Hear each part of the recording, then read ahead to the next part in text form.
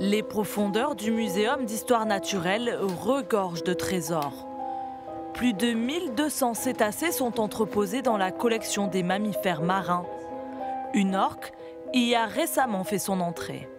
Alors ici, vous avez le crâne, vous avez ici les mandibules et ensuite les différents ossements sont répartis dans toutes ces boîtes. C'est le premier squelette complet d'orque répertorié depuis la création de la galerie de paléontologie en 1898. Ici, on a une collection scientifique vivante, donc ça veut dire qu'elle est accessible aux chercheurs du monde entier pour leurs projets de recherche. Et donc demain, je peux être contactée par un chercheur aux États-Unis, par exemple, qui travaille sur la constitution chimique des dents et qui va vouloir faire des prélèvements. Ce spécimen a été récupéré après son échouage en 2022 dans la Seine en Normandie. Les spécialistes du service d'ostéologie ont réalisé son autopsie afin d'élucider les causes de la mort.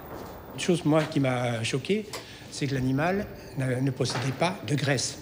Pour moi, c'est extraordinaire, c'est très bien, ça simplifie le travail, mais ça montre aussi quelque chose au niveau de l'état de santé de l'animal.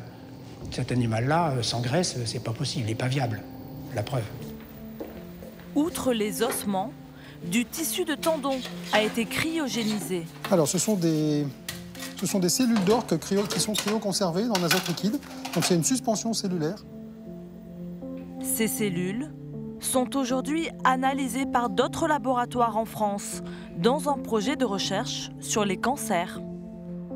L'orque, comme tous les autres cétacés, sont des espèces qui vivent très longtemps, qui sont de très grande taille. Donc c'est des modèles tout à fait intéressants pour justement étudier quels sont les mécanismes évolutifs anticancéreux qui se sont mis en place pour tous les cétacés. Et l'orque, comme d'autres, on étudie d'autres espèces. Tout ce qui n'est pas modèle de laboratoire, modèle expérimental, modèle d'élevage, voilà. En gros, on a tout ce que les autres n'ont pas.